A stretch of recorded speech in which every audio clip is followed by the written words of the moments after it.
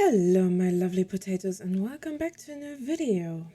Today I kind of want to talk about something that has been come up on the YouTubes and all over the internet, kinda. The commentary community. Kinda hard to actually call them that if you ask me. I think they are better described as a drama community or a public gossip community.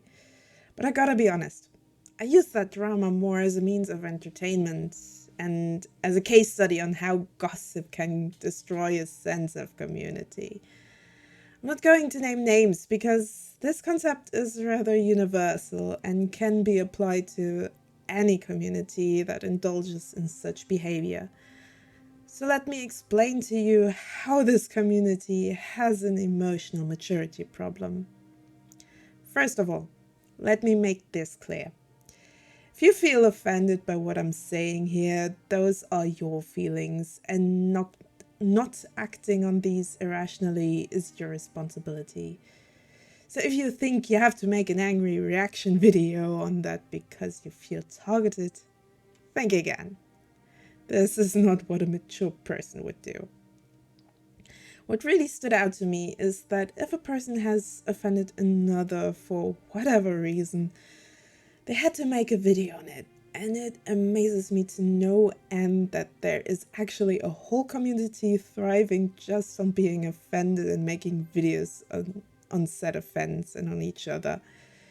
It's a bit like watching a bunch of kindergarten children arguing at the caretaker who threw the first toy brick after the whole section started a brick war. The caretaker just wants everyone to shut up because throwing a brick is bad no matter who started it. So as an alternative for that, take a break, take a breather, and maybe alternatively try to resolve the situation without making a big video spectacle out of it. Which brings me to my second observation. People in the community point out flaws, but fail to provide a productive alternative way to resolve the situation. I have to be honest, I'm in my method of criticizing not very good at this myself. I fucked that up too. But I'm capable to identify that failure of mine and try to fix it as good as I can. So don't go, you did it bad and therefore are a bad person. Instead, maybe go with a, hey, what you did was shitty, you could have done this instead. It not just makes the criticism less judgy, which makes the person actually that is criticized more open to it, but it also adds a constructive component to it, therefore makes it more positive. And if the well-meant constructive criticism still doesn't land, here a tip. No one's forcing you to engage with this person. It is also quite interesting how mob mentality works. Once a person has fans that are less mature and a bit naive, nothing against you guys, I'm just kind of pointing that out because it is necessary. It is really easy to lose control over the outcome of an expressed opinion. This does not mean that a content creator has any control over these fans. Actually, quite the contrary. With mob mentality, even when a content creator points out to not go after that person, it is inevitable that some people take it upon themselves to defend their fandom or go after the wrong thing of the person that is in the video, that the video is about.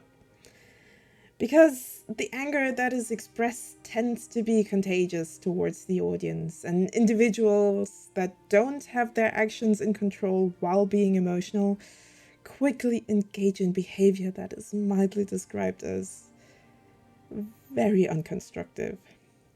Something like that could be avoided by my second point, actually. I think fostering a community that supports emotional maturity and resilience against emotional manipulation is very important, which is a whole different problem that can be observed in commentary communities. Emotional manipulation is a rather difficult topic. Some people do it without being aware of it, others do it with the intent of manipulating, and the problem is you can't tell the intent. We cannot read people's minds, so the best thing you can do is getting resistant to emotional manipulation yourself, to not fall victim to it.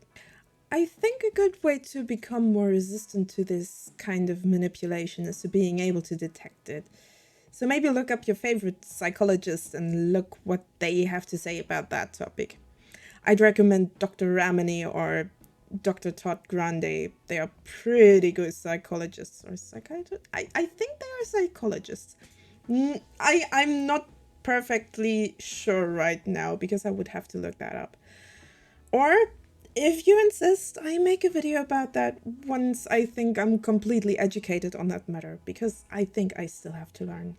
So you're probably wondering why I put the responsibility on those listening to this video, and this is really easy to explain. You cannot control the person that has fucked up. But what you can control is the things you say to that person to maybe change their perspective and change their mind a bit. And if they misinterpret the words you speak, that is a thing you do not have control over. So maybe think about this. You have control about yourself, but not about other people. And that's something you always have to think about.